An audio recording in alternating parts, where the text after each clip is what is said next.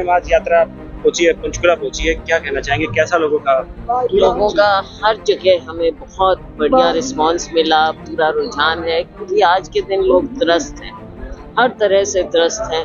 पूरे देश को आप देखोगे उस परिप्रेक्ष्य में देखो जो बेरोजगारी है, महंगाई है, और महंगाई से भी कोई भी वर्ग ऐसा नहीं है जो आज के दिन दुखी ना हो। लेकिन अगर हरियाणा के कोने कोने की हम बात करें, हर जगह सबसे बड़ा मुद्दा नजर आता है जो हमारी बहनें हमको कहती हैं, नौजवान कहते हैं कि जी नौकरी तो दिलवाओ, कोई नौकरी नहीं मिलती। शिक्षा के भी बुरे हाल हैं, स्कूल पे स्कूल बंद किए जाते हैं।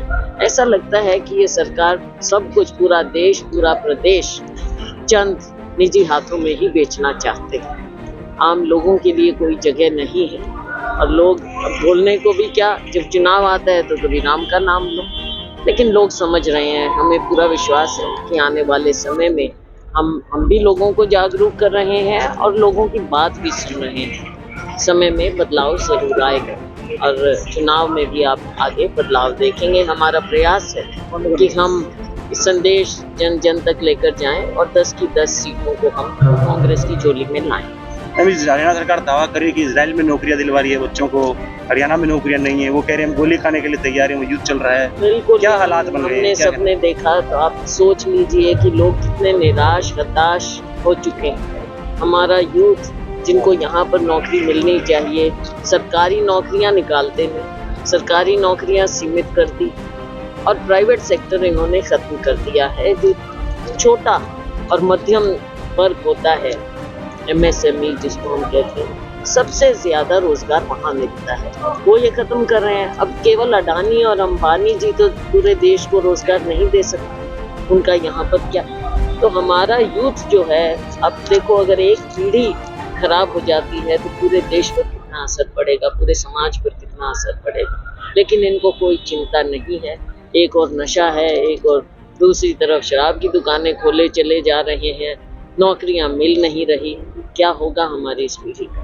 दीपेंद्र हुड्डा जी ने कहा है कि ईडी काफी परेशान कर रही है भूपेंद्र सिंह हुड्डा जी को, सरकार ईडी का गलत इस्तेमाल कर रही है। तो ईडी को आपने देखा, चाहे आपका मीडिया है, चाहे राजनीतिक लोग हैं, चाहे आपके जो उनकी बात नहीं, उनकी जबान में नहीं बोलते, तो सबसे बड़ा इन्होंने आज के दिन हथियार बना रखा है ईडी को, IT को, CBI को।